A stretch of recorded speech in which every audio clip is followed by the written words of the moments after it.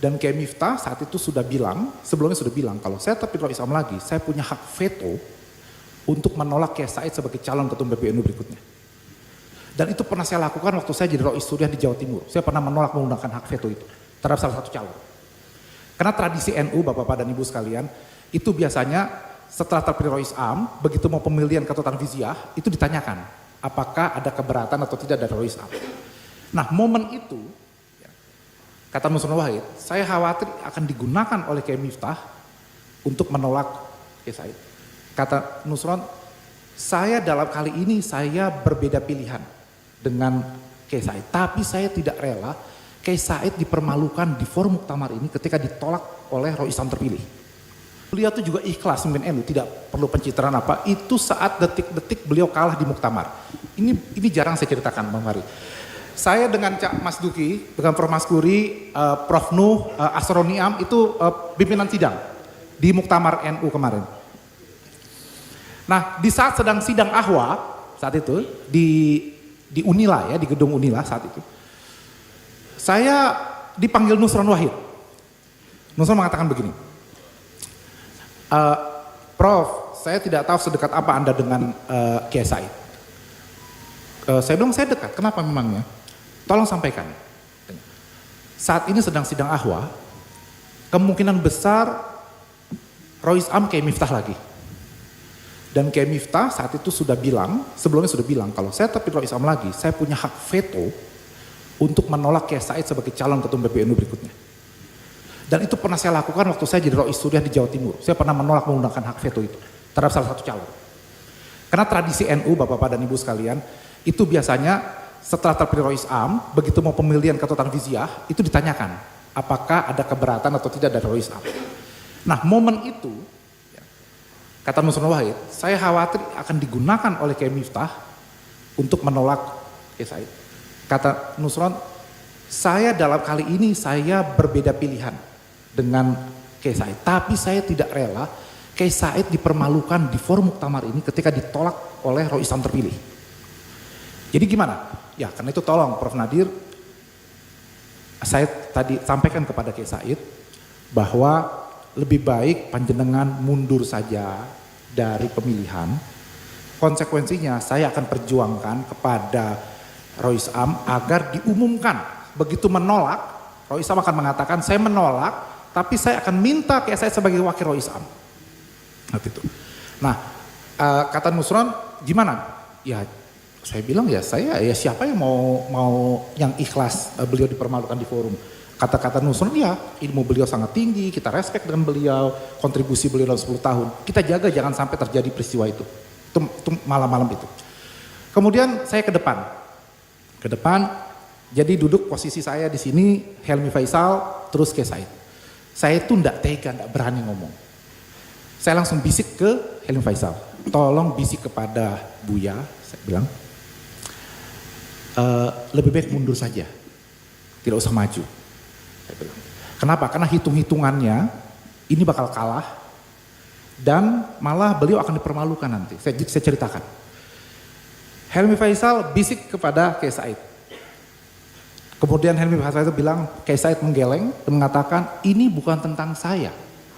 Saya kalah dan dipermalukan itu tidak mengapa. Ini ada sesuatu yang lebih besar, kita harus menjaga Nahdlatul Ulama. Pada titik itu saya merasa, wah ikhlas betul beliau. Dan saya jadi ingat, sebelum muktamar, beliau sempat mengatakan, saya sebagai ketua PBNU, kata beliau, mungkin pernah melakukan kesalahan. Tetapi saya tidak pernah berniat menghancurkan atau merusak NU. Nah saya teringat kata-kata itu. Boleh sebagai pengurus PBNU melakukan kesalahan, tapi jangan pernah merusak NU. Nah, tapi terus saya naik ke panggung. Di panggung saya cerita sama Prof Nuh. Kata Prof Nuh, wah gimana ini ya? Kita deg-degan menunggu siapa yang terpilih sebagai Rois Am. Nah terus saya lihat Yeni Wahid masuk ke ruangan. Nah ini Wahid.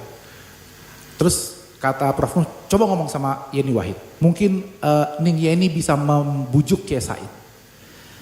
Saya turun dari atas panggung. Terus saya bicara sama Ning Yeni. Saya bilang ini ada penting saya bicarakan.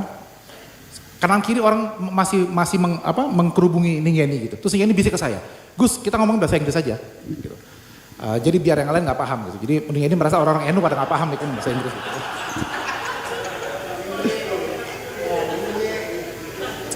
Dan memang saya kalau sama beliau kalau pembicara penting memang suka pakai bahasa Inggris gitu. Terus saya ngomong dalam bahasa Inggris, saya jelaskan. Terus gimana? Ya saya bilang ya tolong sekarang dekati Kiai Said, lobby untuk mundur di titik terakhir itu. Tidak perlu pemilihan, sudahlah. Bilang. Terus karena kalau sebentar lagi terpilih Rois Amnya, Kiai Miftah akan terjadi hal yang tidak kita inginkan. Saya naik ke panggung, lagi duduk sambil menunggu. Ningyeni saya lihat datang dan berjongkok di depan Kiai Said. Melobi itu. Terus kemudian Ningyeni balik ke kursinya di belakang di barisan kedua. Terus ngasih kode ke saya bahwa gagal, gak berhasil. Gitu. Terus kemudian saya bilang wah ya sudah kita tunggu. Nah karena saya pimpinan sidang, saya mendapat berita bahwa sudah terpilih Rois Am saat itu. Meskipun belum diumumkan. Yaitu Kiai Miftah lagi. Saya semakin gemeteran, wah kejadian lagi nih saya bilang, berarti beneran bakal kejadian ini. Ini akan menjadi forum yang tidak baik bagi Kiai Said. Saya turun lagi ke bawah, menemui lagi Ningyeni. Saya katakan, sudah ada berita, Kiai Miftah yang terpilih Rois Am. Now it's all yours Ningyeni, saya bilang. Coba tolong dekati lagi Kiai Said. Sekali lagi minta beliau mundur dari pencalonan. Ya betul-betul, nah Ningyeni pun mengatakan, iya kita harus selamatkan marwah Kiai Said saat itu. Maju lagi, gagal lagi. Terus kemudian Ningyeni sudah kasih kode lagi ke saya dari jauh. Terus Prof Nu bilang gini, yang megang palu Prof Nu saat itu. Salah pimpinan sidang. Jadi gimana Gus? Saya bilang ya sudah kita berdoa saja. Gitu. Datang Rois Am rombongan Ahwa semua. Ternyata begitu perwakilan Ahwa bicara, tapi Rois Am dengan dua persyaratan yang yaitu harus mundur dari ketua umum MUI dan yang kedua harus menerima siapapun yang akan dicalonkan. Saat itu saya langsung lega. NU tuh gitu. Di detik terakhir kalau Allah turun tangan gitu ya, menggerakkan para kiai, tidak ada acara dipermalukan saat itu. Nah akhirnya kemudian setelah itu saya pulang ke hotel. Jadi saya tidak ikut proses pemilihan itu. Jadi kalau dilihat di berita acara itu ada 1-0, kolom tanda tangan yang kosong itu saya nggak tanda tangan. Karena saya udah pulang ke rumah, saya tidur hotel gitu. Karena saya bilang wah ini saya tidak kuat melihat pertarungannya seperti apa gitu. Tapi dari situ saya belajar bahwa ternyata Kiai Said itu ikhlas. Jadi beliau bukan ambisi. Beliau merasa bahwa ada yang harus beliau perjuangkan saat itu. Nah apakah sekarang kita melihat itu atau tidak? Walau alam bisawab.